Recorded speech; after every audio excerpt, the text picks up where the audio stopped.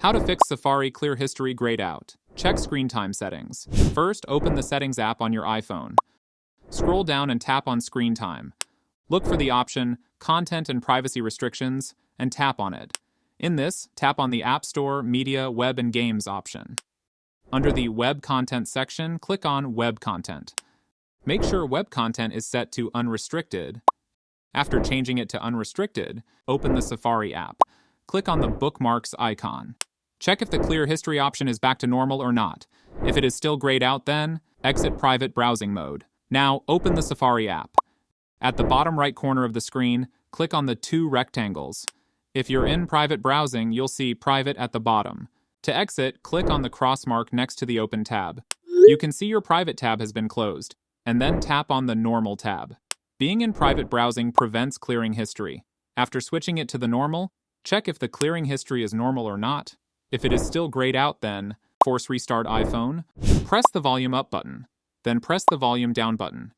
Hold the side button, don't slide to power off. Keep holding until the screen goes black and the Apple logo appears.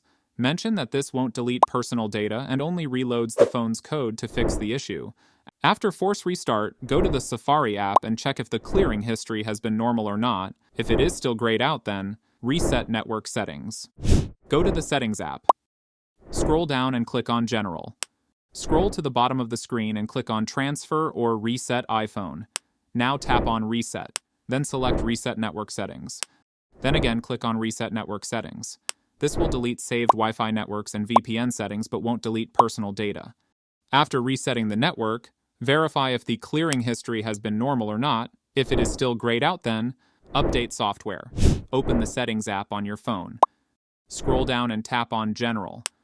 Look for the option Software Update and click on it. If you have any update, then update the software. Make sure you have the latest iOS software installed on your phone.